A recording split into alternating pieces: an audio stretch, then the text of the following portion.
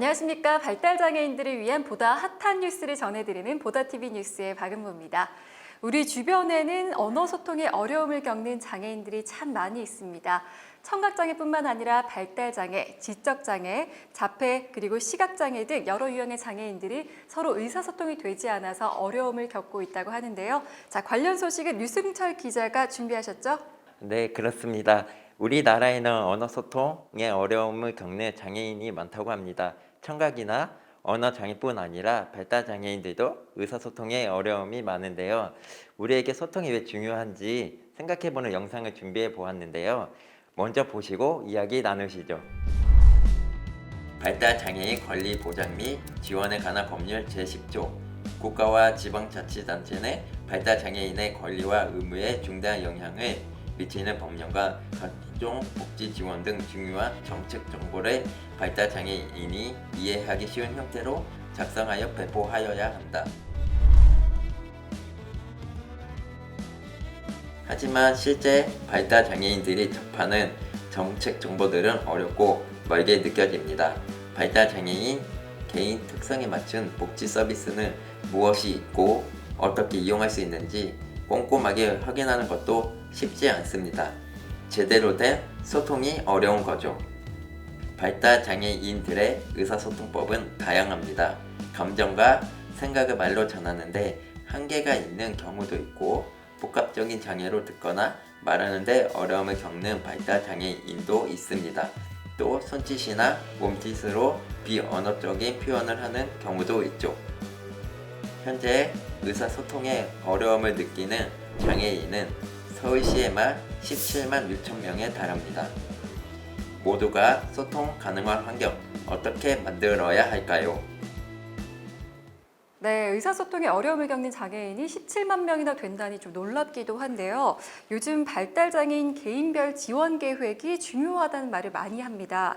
개인별 지원 계획을 잘 세우기 위해서는 무엇보다 중요한 게 아무래도 발달장애인 당사자와의 대화가 아닐까 싶은데요. 네, 그렇습니다. 발달 장애인과의 소통이 잘 되지 않으면 맞춤 지원이 어렵고 발달 장애인 스스로도 소외된 기분을 느낄 수밖에 없는데요. 다행히도 이런 문제들을 해결하기 위한 움직임이 많아지고 있습니다. 대표적으로 최근 서울시에서는 국내 최초로 장애인 의사소통 권리 증진 센터를 운영을 했는데요. 그곳에서 어떻게 이용을 할 수 있고 어떤 도움을 받을 수 있는지 제가 직접 취재해 보았습니다.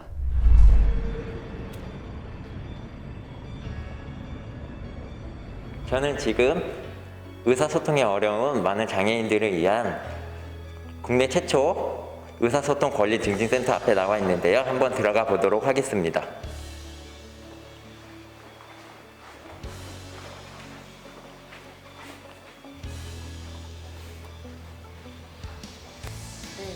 한국이 의사소통이라고 하는 부분들을 막연히 말에만 이렇게 좀 많이 국한을 시키세요. 그래서 말을 하면 의사소통이 다 된다고 생각하시고 말이 안 되면 의사소통이 다 안 된다고 생각하시고 말이 되면은 다 되는 거니까 더 이상 필요가 없을 도움이 어떤 필요가 없을 거라고 생각하고 말이 또 안 되면 뭔가 도움이 필요할 거라고 생각하시지만 그 말을 대체할 수 있는 것들은 어떤 기기, 어떤 태블릿, 이런 상징들 이런 거를 제공을 하면 해결이 될 거야라고 이렇게 좀 굉장히 이렇게 극단적으로 탁탁탁 끊어서 제공하시거든요. 근데 사실 사람이라고 하는 의사소통의 가장 핵심은 사람과 사람이 만나는 게 가장 메인이라서 어떤 도구나 매체의 문제가 아니라 이 사람이 나에 대해서 어떻게 생각을 하고 실제로 내가 장애인들하고 얼마나 소통을 하고 싶어 하는지 그리고 그 사람들이 무슨 얘기를 하고 싶어 하는지 어떤 도움이 필요한지 이런 관심부터 시작을 해야 되는 건데 저희는 그런 관심보다는 약간은 그냥 장애인이니까 당연히 우리가 어떤 서비스를 제공을 하면 돼.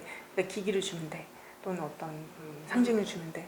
또는 어떤 제품을 주면 돼. 그럼 너희들은 다 할 수 있을 거야. 라고 해서 그런 부분들이 조금 이렇게 단절을 계속 오히려 더 일으켜왔던 거 아닌가라고 저는 개인적으로 좀 생각하고요. 그래서 그러한 의미에서 저희 의사소통이 권리로서, 그러니까 저희가 의사소통 권리증진센터라고 이름이 되어 있는 이유가 의사소통은 그런 권리로서 저희가 인정을 해드리고 각각의 소통 방식이 있다는 것도 인정을 해드리고 거기서부터 저희가 같이 출발을 하자라는 의미에서 다시 개소하게 되었습니다.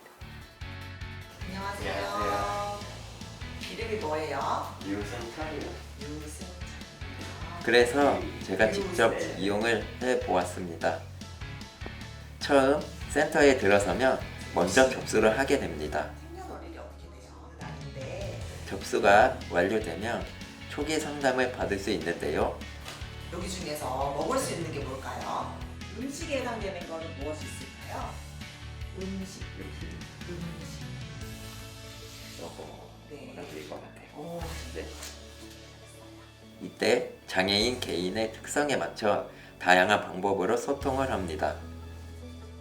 네, 사실 오늘 인터뷰를 진행했던 류순철 기자님 같은 경우에는 의사소통에 큰 무리가 없으신 분이에요. 그런데 막상 이제 의사소통에 어려움이 있는 장애인 당사자가 저희 센터를 알고 의뢰를 하기에는 굉장히 어려움이 있거든요. 그래서 이제 주변에 있는 이제 교사라든지 뭐 가족이라든지 그리고 활동 지원 선생님들께서 저희 센터를 알고 의뢰를 해주시면 조금 더 큰 도움이 될 것 같습니다.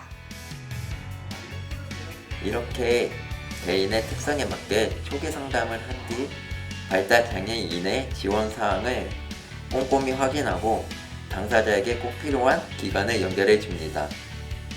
저희의 센터의 가장 큰 특징은 각 개인의 의사소통 특성에 따라서 지원을 제공하는 것이 있는데요.